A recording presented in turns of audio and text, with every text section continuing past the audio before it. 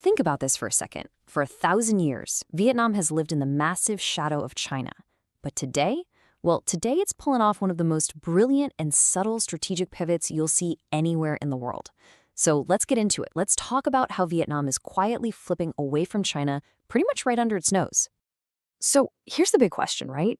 How does a country that's so deeply connected to a superpower, I mean, we're talking culturally, politically, economically, how do they manage to forge their own path without, causing a major disaster? It's really a masterclass in how to play the great power game.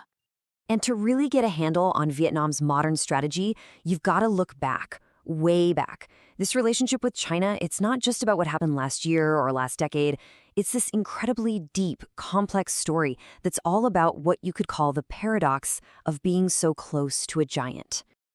And this is what's so fascinating. Their history is like a two-sided coin. On one side, you've got deference. I mean, for a long time, Vietnam was part of China's tributary system. They even adopted Chinese models of government. But then you flip the coin, and what do you get?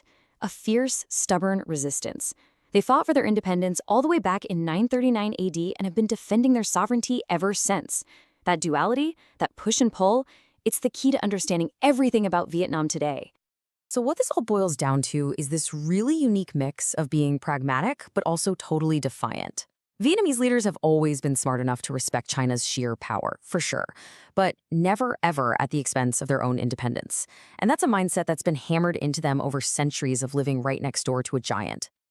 Okay, so this historical tension, it just keeps building and building until it hits a breaking point, a moment that changed absolutely everything.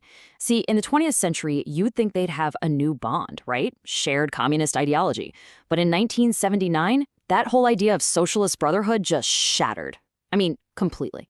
And just look at how fast it all went downhill. It's late 1978, Vietnam signs a treaty with the Soviet Union, China's big rival, and then they invade Cambodia to kick out the Khmer Rouge, who were, you guessed it, backed by China. For Beijing, that was just too much. It was a red line. And their response? It was swift and it was brutal. And China's motive couldn't have been clearer. I mean, just listen to what Deng Xiaoping said. His words were not subtle at all. This invasion wasn't about grabbing territory. No, this was about punishment. The message to Hanoi was crystal clear. We're going to teach you a lesson. You don't defy us, and you certainly don't align with our enemies. And that lesson, well, it came at an absolutely horrific cost. We're talking about 46,000 dead, combined, in less than a month of fighting. This was no small border skirmish. This was a short, incredibly vicious war that left a permanent scar on their relationship. And right here, this is probably the single most important lesson for Vietnam from that entire conflict. They learned the hard way that being socialist brothers meant absolutely nothing when their own national interests were on the line. Ideology wasn't going to protect them. And that realization, it forced them to go back to the drawing board and rethink their entire strategy. So, out of the wreckage of that 1979 war, Vietnam came up with a new playbook, a really clever, sophisticated foreign policy. And it's a strategy that now goes by a fantastic name, bamboo diplomacy. Bamboo diplomacy. So what is that exactly? Well, the metaphor is just perfect. If you think about a bamboo plant, right? It's got these really deep, strong roots holding it firm. It has a sturdy trunk that won't bend. But its branches, they're super flexible. They can sway and bend with the wind, but they don't break. So let's break that down in political terms. Those strong roots, that's the Communist Party's absolute control over everything at home. That's the foundation. The sturdy trunk, that's the non-negotiable defense of their national sovereignty and independence. It doesn't yield. And the flexible branches, well, that's the genius of it all. It's about diversifying relationships, hedging between big powers like the US and China. It lets them engage with everyone, the US, Japan, Russia, India, so they can bend with the shifting geopolitical winds. Okay, so that's the theory, and it sounds great, right? But how does this really elegant metaphor actually play out in the messy, complicated real world? Let's take a look at the pivot in practice. And this really gets to the heart of the strategy. When Vietnam looks at China, they see two things at the same time.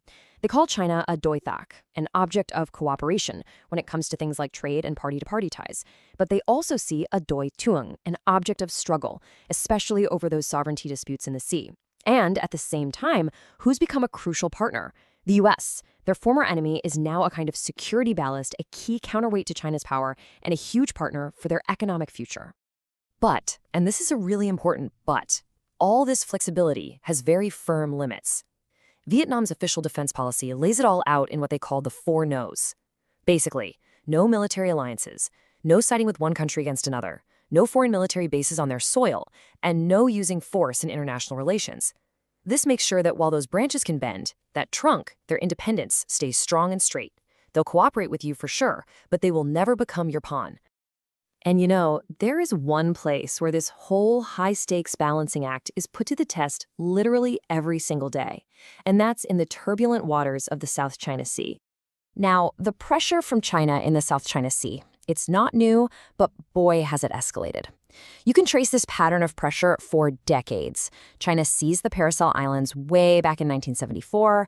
Then you have the huge crisis in 2014 when China parked that giant oil rig right in Vietnam's waters, which led to violent clashes. And more recently in 2019, there was a months-long standoff at Vanguard Bank. Over and over, Beijing is testing Vietnam's resolve. And if you look at the numbers, it's crystal clear. Yeah, other countries in the region get pushed around by China. But Vietnam gets the worst of it. They bear the brunt of China's so-called gray zone tactics. It's their fishing boats, their Coast Guard ships, their energy vessels that are constantly and disproportionately targeted. And you have to understand, for Hanoi, this isn't just some abstract territorial dispute over a few rocks in the ocean. No way. It's viewed as a life or death issue for their national sovereignty. It's about their entire future as an independent country. And that is why they are willing to push back so hard. So when you put it all together, you can see Vietnam is walking a very, very thin tightrope. It's an incredibly perilous balancing act, and honestly, the future of this quiet flip away from China is anything but certain. So let's just quickly recap the main things driving this whole pivot. What's pushing Vietnam to lean more towards the West? Well, first, there's the existential threat to its sovereignty in the South China Sea. That's huge. Second, it's about economic modernization. To become a high-tech economy, they need Western capital and technology. There's no way around it. And third, it comes down to regime legitimacy. The Communist Party's survival really depends on one thing: continuing to deliver economic growth and prosperity for its people. So if there's one thing to take away from all of this, it's this. This is not about Vietnam simply picking a side and joining Team America. It's way more sophisticated than that. This is all about using every single relationship they have to maximize their own independence, their own freedom to maneuver. At the end of the day, it's the ultimate quest for strategic autonomy. And that leaves us with one big final question, doesn't it? Vietnam's bamboo diplomacy has been, you have to admit, remarkably successful up to this point. But as the geopolitical storms between the US and China get stronger and more unpredictable, can that bamboo really bend forever? Or will a day come when it's finally forced to choose a side and risk snapping in two?